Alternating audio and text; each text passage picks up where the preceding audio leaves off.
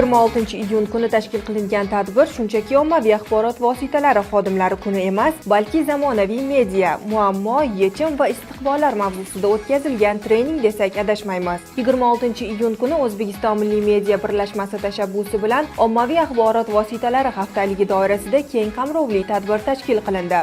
27-iyun ommaviy axborot vositalari xodimlari kuni munosabati bilan O'zbekiston Milliy media birlashmasi bir qator tadbirlarni o'tkazmoqda va Prezidentimizning 294-sonli qarorlari bilan ovi media haftaligi tashkil etish belgilangan va buni doirasida birlashma bir qator panel sessiyalar va o'zining 50 dan ziyod a'zolarini bilim va ko'nikmalarini oshirish uchun seminar, treninglar va futbol musobaqalarini o'tkazish rejalashtirilgan. Va bundan asosiy ko'zlangan maqsad birlashmamiz bu yil oldiga eng asosiy maqsad sifatida zamonaviy ommaviy axborot vositalarini rivojlantirish, ularni qiynayotgan muammolar va ular yechimlari va tendensiyalar haqida juda ko'p tezdan ilgari surmoqda. Va mana zamonaviy media deganda bugungi kunda albatta sun'iy intellekt mavzusini chetlab o'tib bo'lmaydi. Sababi sun'iy intellekt bugungi kunda bizni kundalik hayotimizga va shu jumladan ommaviy axborot vositalarini faoliyatda ham juda keng qo'llanishni boshladi.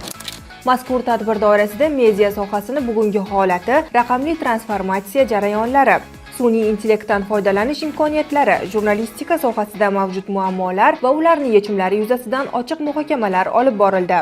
Aynan ichki ishlar organi faoliyati sohasida olib borilayotgan ishlarni ommaviy axborot vositalari vakillari bilan hamkorlikda olib borilayotgani bu birinchi navbatda sohani ochiqligi va shaffofligi bugungi kunda va faollik bilan, ya'ni operativ tarzda axborot va ma'lumotlarni berib borilishini bu birinchi navbatda aholimizni rasmiy ma'lumotga egaligi va to'g'ri bugungi kunda mana muammo bo'layotgan fake axborotlarni tarqalishi va sun'iy intellekt orqali ishlatilib bu yo'nalishda aholini ya'ni yolg'on xabarlarga ega bo'lishi bu albatta bu muammo hisoblanadi va o'z sohamiz, o'z faoliyatimiz orqali biz avvalambor aholini to'g'ri, rasmiy va tezkor ma'lumot bilan ularni bugungi kunda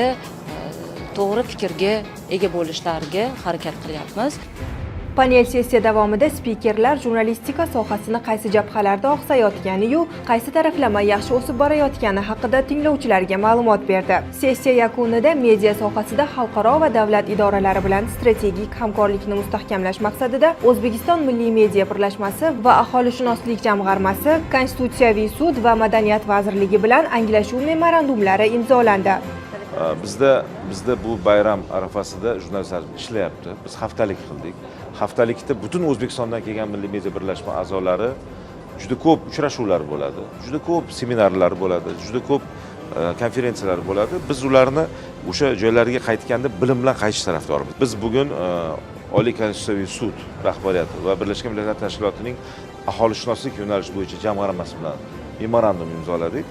Biz masalan Konstitutsiyaviy sud nima ish bilan shug'ullanadi, uni Konstitutsiyaviy sudyalarning vazifasi nima, bugun O'zbekistonda chiqayotgan har bir hujjat, endi rasmiy hujjat, farmon, qaror, qonunosuz hujjatlar bizning konstitutsiyamizga qanchalik mos, konstitutsiya tamal toshidan qanday siljimayaptimi, bu sudyalar nima ish qilyapti, matbuotga qanday materiallar beradi, shu bo'yicha hamkorlik qilamiz.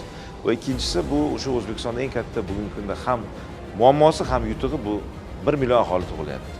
1 million aholiga biz qanday ertaga bilim beramiz, qanday sog'liqni saqlash tizimini ta'minlab beramiz? Bu aholini biz kelajagini qanday ko'ryapmiz? Agar u bilimli, ilmli bo'lsa, bu katta kuch. Lekin agar biz bunaqa qilmasak, bu johillikni namunasi bo'lishi mumkin. Shuning uchun bugun bizning hamkorligimiz mana shular bilan ko'p qo'shma loyihalarni qilishga qaratilgan. Tadbir so'ngida birlashmaga a'zo telekanallar uchun seminar treninglar o'tkazildi. Bu mashg'ulotlar orqali hududiy ommaviy axborot vositalari vakillari ommaviy auditoriyani chuqurroq o'rganish bo'yicha ko'nikmalarni oshirdilar.